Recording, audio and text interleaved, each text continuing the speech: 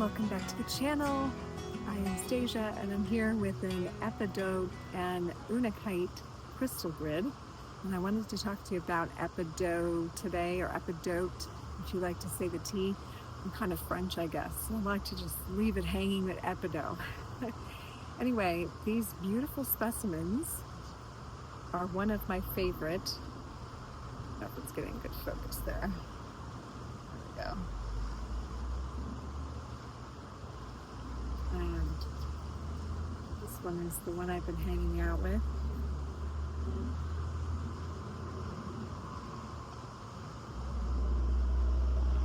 Some come with quartz clusters.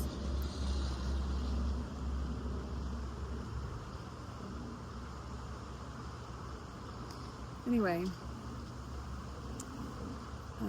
let's talk about its healing, spiritual, metaphysical properties, because that's kind of what this channel is focusing on, supporting you in your healing journey, in your transformation journey, in your life force energy, with all the tools that I've kind of gathered along the way. And one of them is the information about our subtle spinal centers, the chakras, and how they kind of govern and decide how the endocrine glands are going to function, meaning also what hormones and chemicals will be distributed into the body, what your emotional and mental and physical reactions will be to your environment based on, remember the chakras from other videos, and if you haven't checked those out, you can find some videos on specific chakras, but they are storage houses of information, data, memory, ancestral, again, data, memory, that are creating the field in which you are functioning, right? The makeup, the program running for you is determined by these psychic centers, and they resonate.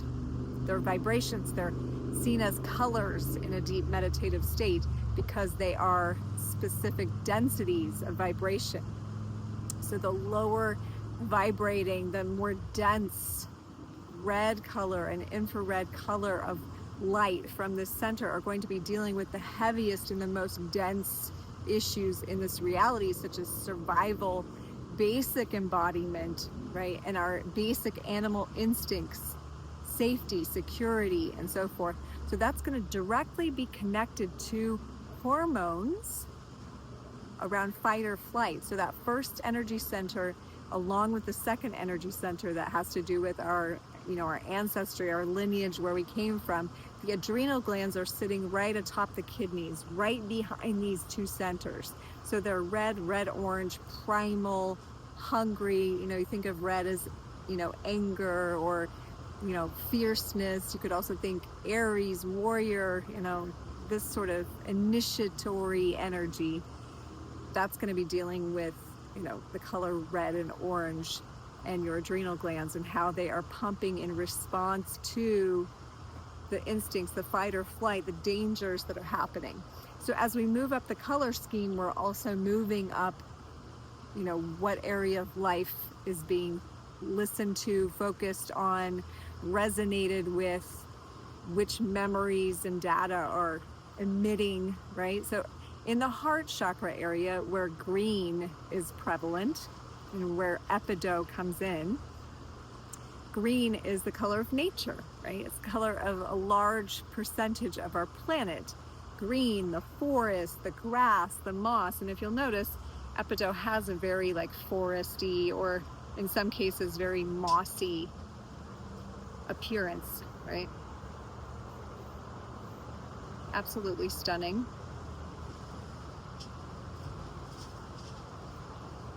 So anyway, it's resonating this green color.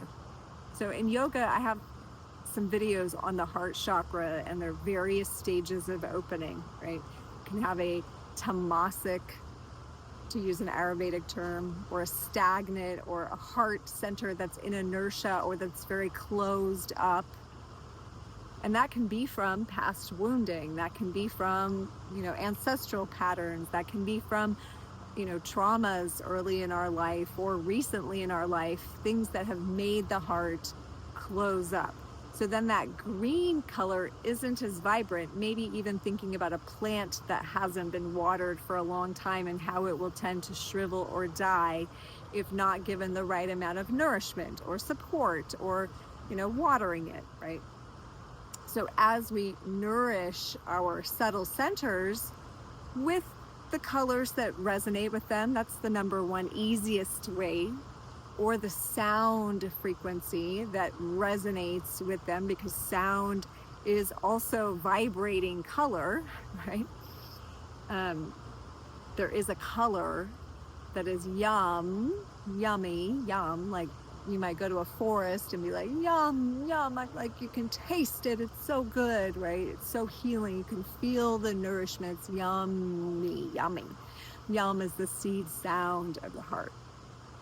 Or different mantras that resonate with this frequency of the green and also the pink, which Unakite has the green and the pink. The pink is the pink orthoclase or feldspar that's mixed with epidote in the Unakite. And why that's here, because it has the epidote in it. So when we think of the heart, and also the yogis talk about the heart as being the wish-fulfilling tree, so the wishes and desires of the heart, when the heart is vibrant, when the heart is nourished, when the heart has the color frequency or the energy stamp that it needs to be open and working, right? When nature has enough sunshine and light.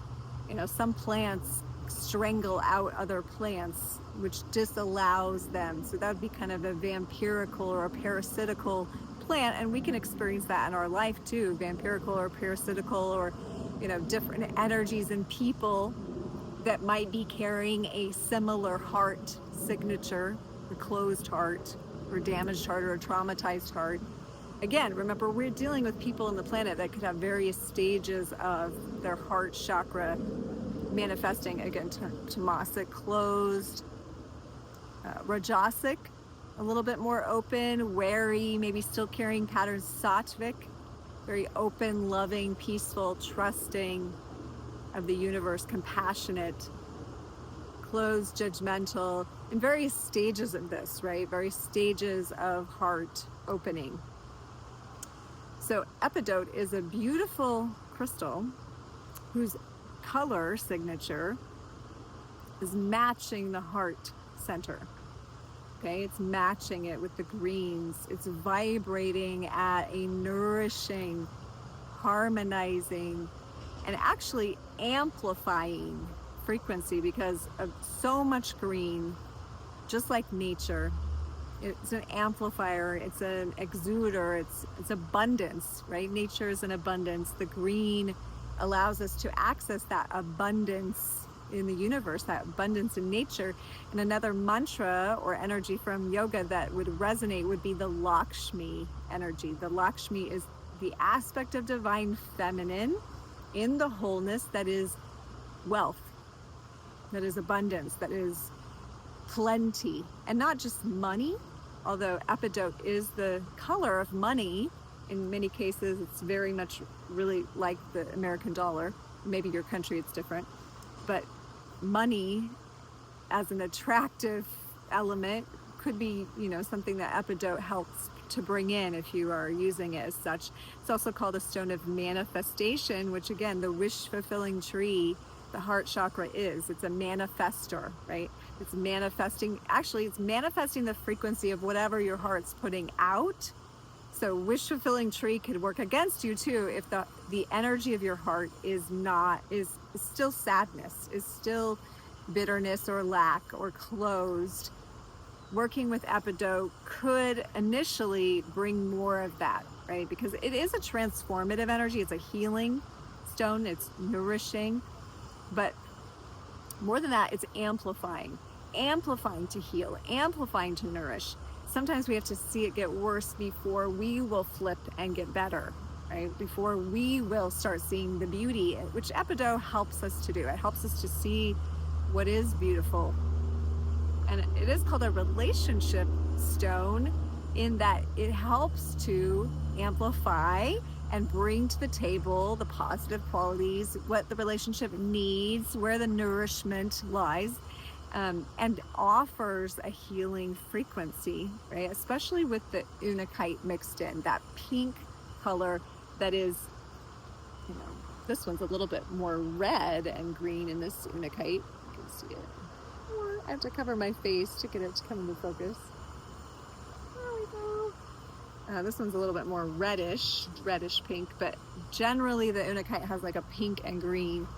The pink orthoclase feldspar is the other color of the heart, right? Like rose quartz heart, like soft, like love pink, right? That nourishing, harmonizing the pink brings, adds a lovely addition to the Epidote grid here, helping to, you know, grids are like making mini mandalas, right? A mini mandala, a shape that focuses the energy of something and sends it out into the space. Okay, so what is in the center of your mandala, and a quartz would also be good here. And a lot of the epidotes that we have at my sister company, Midnight Fluorite, oh, is this the one, have you know, quartz growing with them. And if you find the epidote in the quartz, they call that a dream quartz, because these do help with your dreams and lucid dreaming, the quartz and the epidote together. But some of them you'll see the quartz is growing with the epidote. And so the quartz is programmable, right? Quartz is inside your computers. It's just your speech, your intention that tells it what to do. So to clear your stones first is a good idea, whether you're washing them in salt water or water and then the sun, or you're Palo Santoing them, which I'm going to do right now, or you're setting them on a selenite block, or you bury them and dig them back up. I wouldn't totally recommend that with epidote because of all the fine little blades and so forth, but so to clear them and then put your intention. I'm intending for this grid. I'm working with the guardians, the guides of these crystals, because the crystals are consciousness too. They're part of consciousness, and they're actually entraining us. They're teaching us. They're training us and training us to a certain frequency. Like that's from their color and their mineral content. The color is a big part of it. That's the frequency, but also their locale.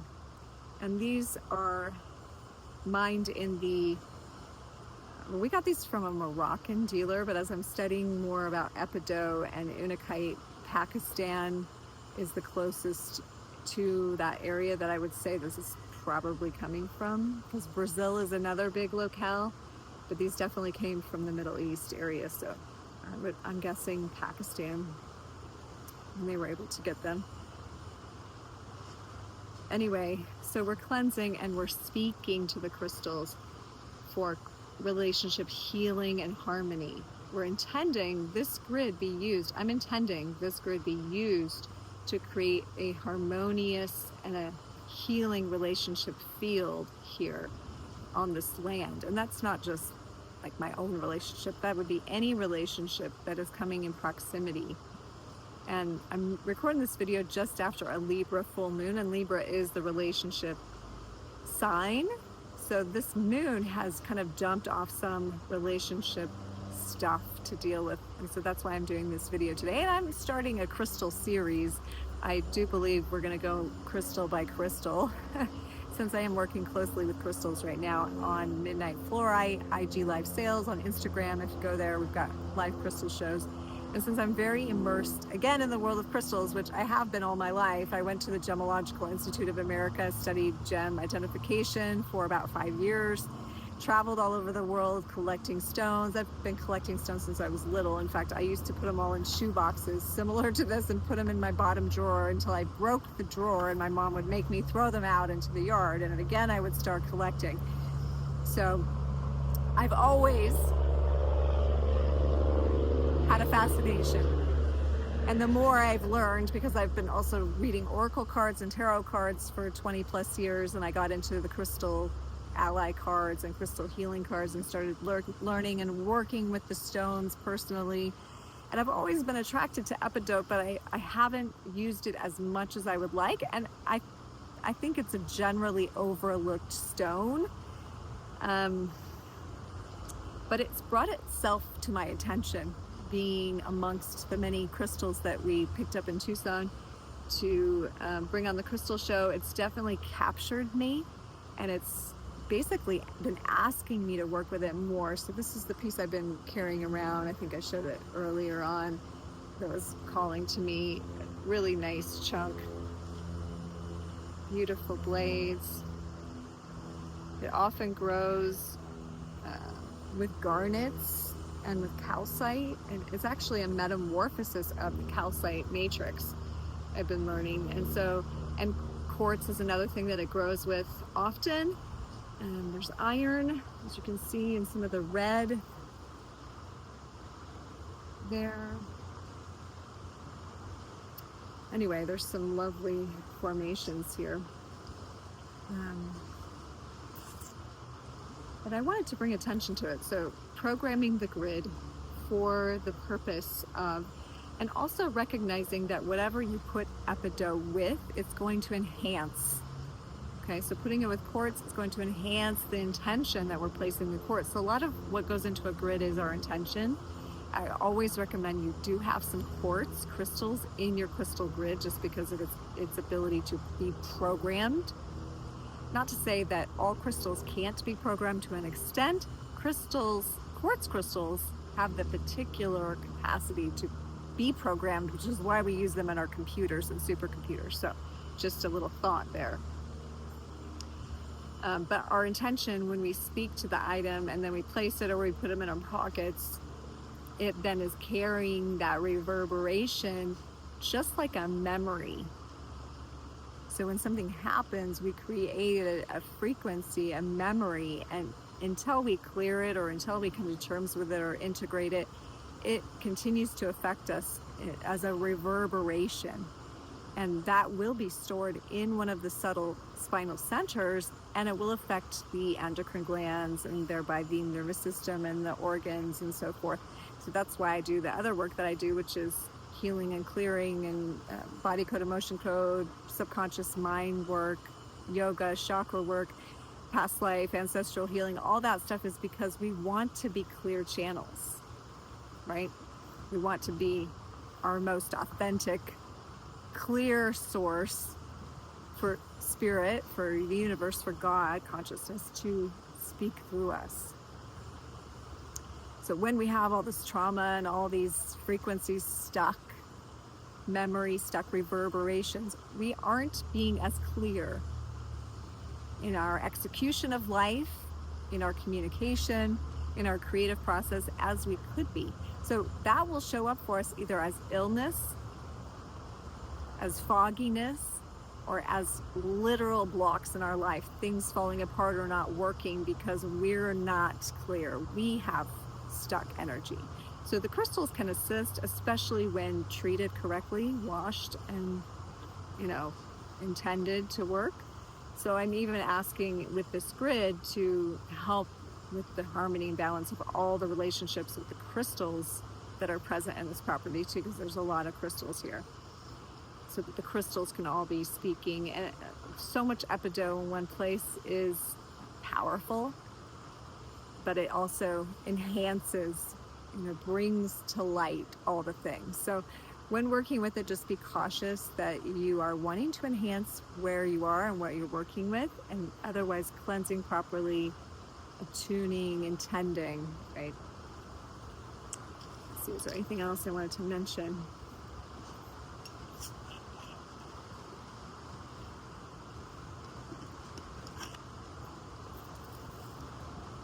So in working with the manifestation energy, I always caution to be careful that you're not doing black magic versus white magic, because black magic is self-serving. White magic is service to the wholeness, service to humanity, service to the greater good, right? So making sure that your intentions are in alignment with highest good and the good of all is really important, because, I would say the epidotes are very karmically bound crystals. So if you're working with them for manifestation, for personal pleasure or riches, even though money, you can be like, I want to be able to pay all my bills and be able to support the vendors and the people in my life and my children and have, you know, enough to support my family and be a good person, you know, that sort of abundance manifestation. But to just be like, I want $1 million, I want to have lots of money, the karmic energy that's tied to working with the stone is almost like what goes out comes back. So what I'm putting in comes back. The love, the open heart center that I'm creating this with is the energy that's being amplified and enhanced by working with Epidote. Yeah. And then also, as far as healing in the body, it's very good for removing blocks to healing. So it could be used around the body, on the body.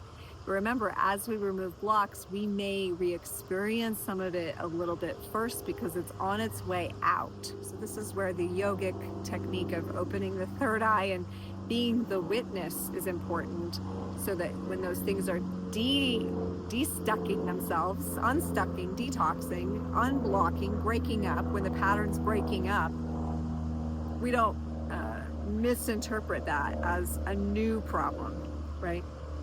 Be able to identify that the thing is breaking up and this is what that looks like, and that is something that the Epidote can very much help with. And why I like to put the Unikite with it, because that's very harmonizing. It kind of softens what needs to break up. So anyway, this is my post full moon Libra grid. If you want to get yourself some Epidote, you can find us on Midnight Fluorite IG live sales on Instagram. We do live sales, or you can DM there and we can send you pictures of pieces that we have, or you can request that we intuitively pick out pieces for you. And yeah, if there's anything else you want to know, let me know. I am going to create some meditations to go with the stones, so stay tuned for the links on that.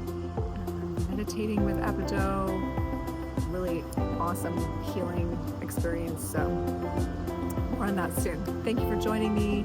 We'll catch you again. Don't forget to find my next rune video that's coming up. We're talking Wunjo, and we'll see you again. May bliss be in your house as it is in mine. And remember, wherever you are home.